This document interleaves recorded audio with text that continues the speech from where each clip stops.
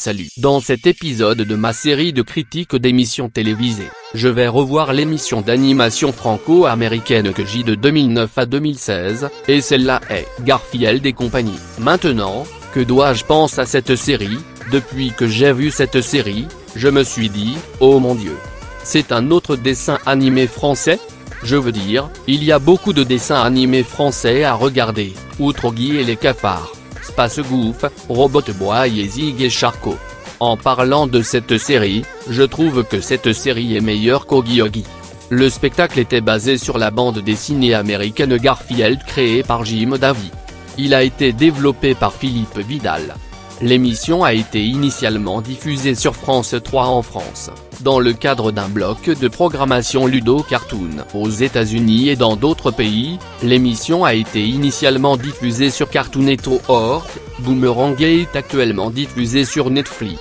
La série présente un chat orange nommé Garfield, même son meilleur ami, un chien jaune nommé Odie, tout comme le spectacle Garfield en Frien de 1988. Garfield et Odie partent dans des aventures incroyables. Ils présentent même certains personnages de la même série de 1988, implique le propriétaire de Garfield, Jean Arbuckle, qui a participé à cette émission. N'oublions pas la petite amie de Garfield, Arlene. Elle est également venue au spectacle.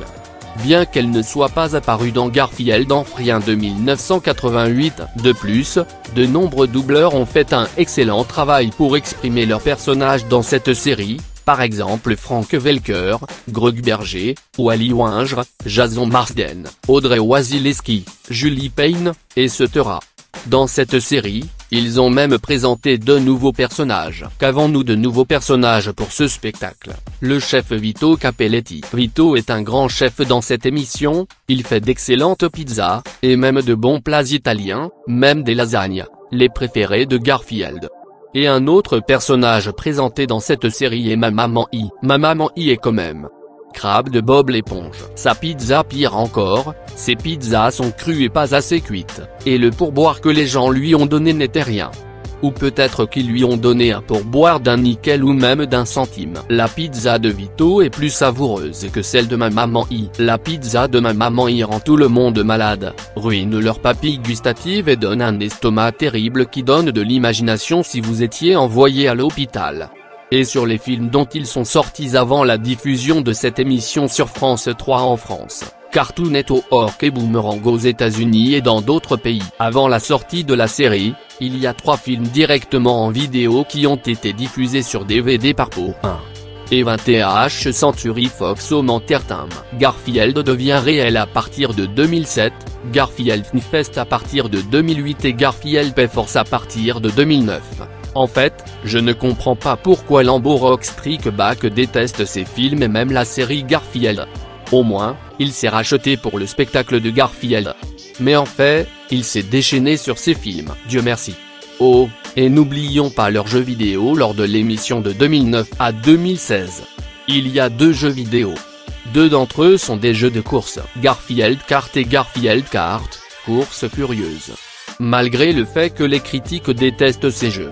Mais bon, tout le monde a des avis différents.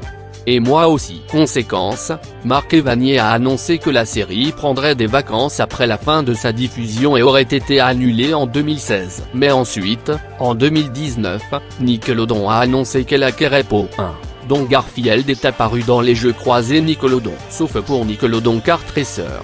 Nickelodeon Kart Racer 2, Grand Prix. Il apparaît dans Nickelodeon All-Star Brawl, Nickelodeon Kart Racer 3, Slim Speedway et Nickelodeon All-Star Brawl 2. Et malgré le fait que Nickelodeon est désormais propriétaire de Po 1, Sony Pictures a annoncé que ce serait le film qui sortirait. en salle cette année le 24 mai.